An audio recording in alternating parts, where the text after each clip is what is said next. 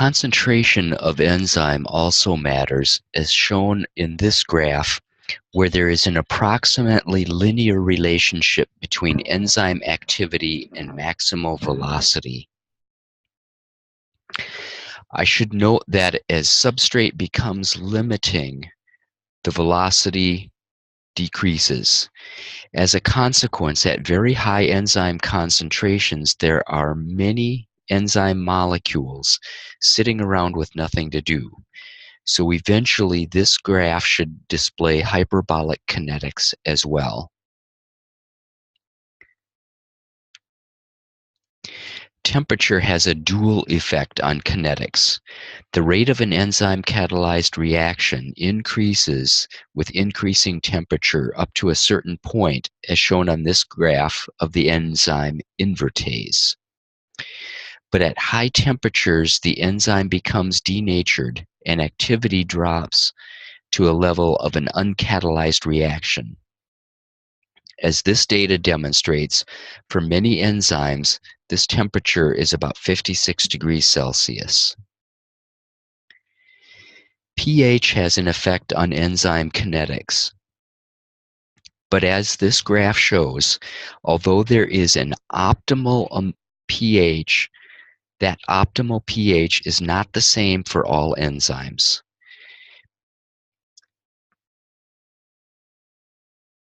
Pepsin is an enzyme of the stomach which has a pH optimum of around 2, whereas glucose 6-phosphatase is in the lumen of the endoplasmic reticulum, which has a slightly basic pH, and its pH optimum is around 8.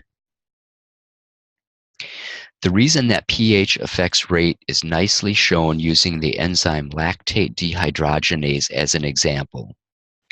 The substrate pyruvate is held in place by an arginine residue. As shown on the left of this slide, in an acidic environment, the pyruvate is protonated and would be held in place only by hydrogen bonding.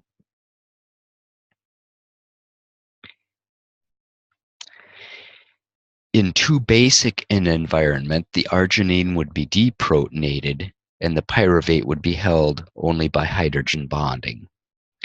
But at physiological pH, both pyruvate and arginine are charged, and the substrate is held in place both by hydrogen bonding and much stronger electrostatic interactions. Enzymes are also affected by activators and inhibitors.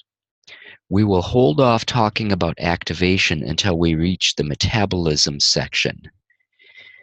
There are 3 types of pure inhibition. Competitive inhibition is when an inhibitor is bound in the active site of the enzyme.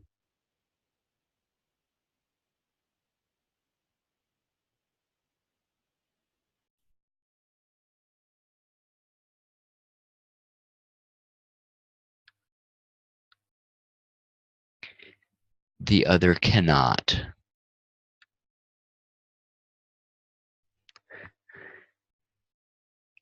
In order to fit into an active site, the inhibitor has to have a shape which is similar to the substrate, as the example succinate dehydrogenase nicely demonstrates. In this case, malonate will bind in the active site, but because it does not have 2 methylene groups, a double bond cannot be introduced.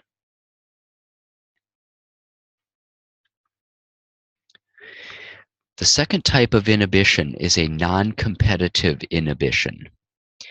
A non-competitive inhibitor binds at some other binding site other than the active site.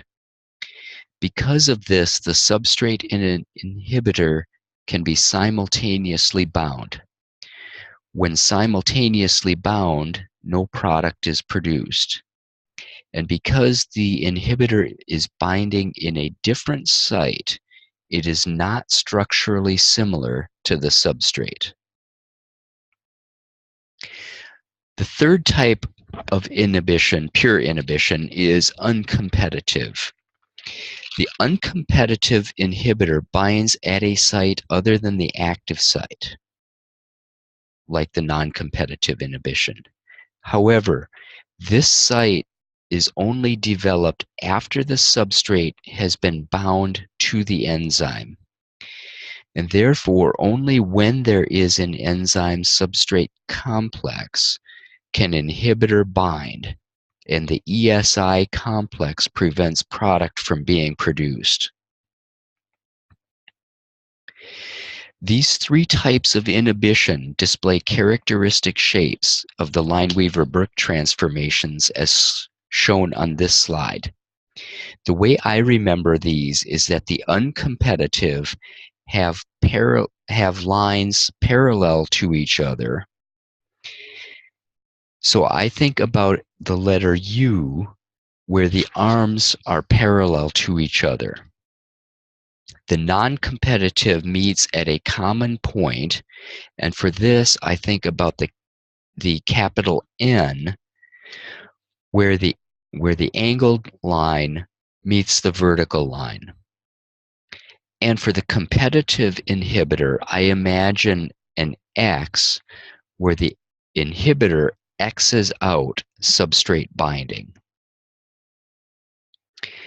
There are several ways in which enzymes perform catalysis, the first of which is to increase the effective concentration of substrate. As shown in this figure I created in 1988, lactate dehydrogenase has a trapdoor structure which closes upon substrate binding. You can do the math if you are so inclined, but if we imagine there are 10,000 glucose molecules in a 50 micrometer diameter cell, the calculated concentration is 2.5 times 10 to the minus 10th molar, using the equation 4/3 pi r cubed. A typical active site is about 5 angstroms in diameter. So if we think about one molecule being in that space, the equivalent concentration is 25.5 molar. Secondly, enzymes stabilize the transition state. On this slide, I have the structure of pyruvate and lactate, the substrate and product of the enzyme lactate dehydrogenase. At the bottom of the slide, I show how these substrate interact with enzyme and coenzyme, and show the partially broken and partially formed bonds as dashed lines. So the hydrogen is coming off of the histidine onto pyruvate to form lactate. As well, the hydrogen of NADH is being attached on the right-hand side of the carbon to form NAD as a product. The third thing that can happen is that an enzyme puts a strain on susceptible bonds.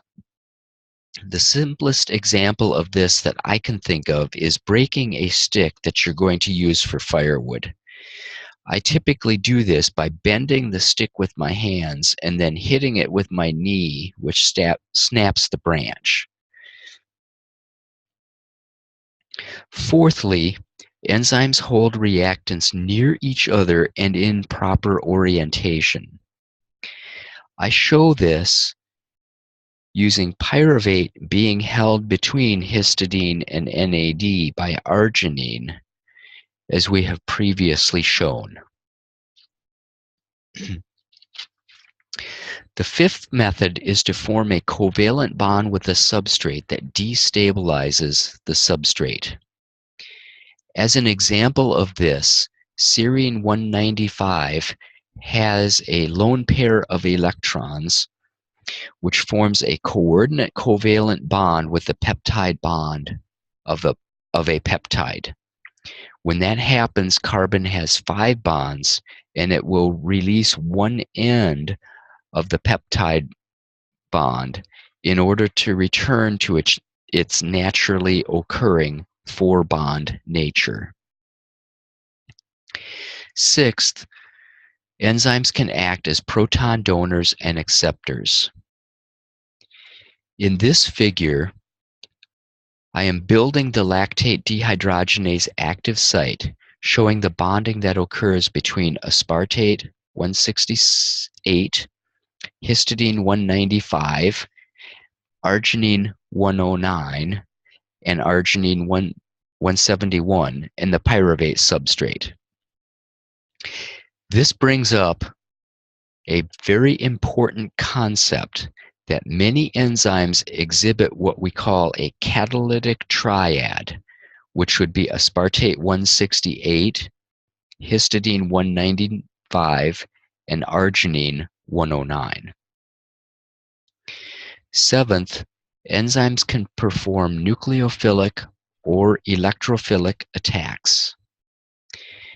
8, some enzymes are metalloenzymes where the metal ion, zinc 2+, for example, can pull electrons from a substrate.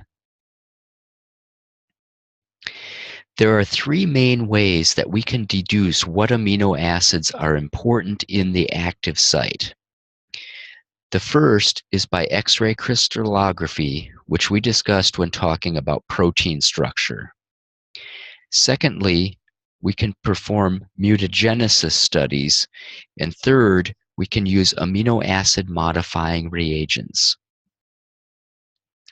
In this example, I show a study done by replacing the arginine at position 171 with a lysine residue. After the substitution, only one bond would be formed between amino acid and substrate, as opposed to the original two hydrogen bonds and electrostatic interactions. This data beautifully shows that the Km for pyruvate increases about 2,000-fold, and the Kcat decreases by about an order of magnitude because of that weaker binding. A fairly simple example of an amino acid modifying reagent is that of diisopropyl-fluorophosphate. The point of this is that if the OH group is required for enzymatic activity, replacing it with a bulky group lacking hydrogen is going to abrogate enzyme activity.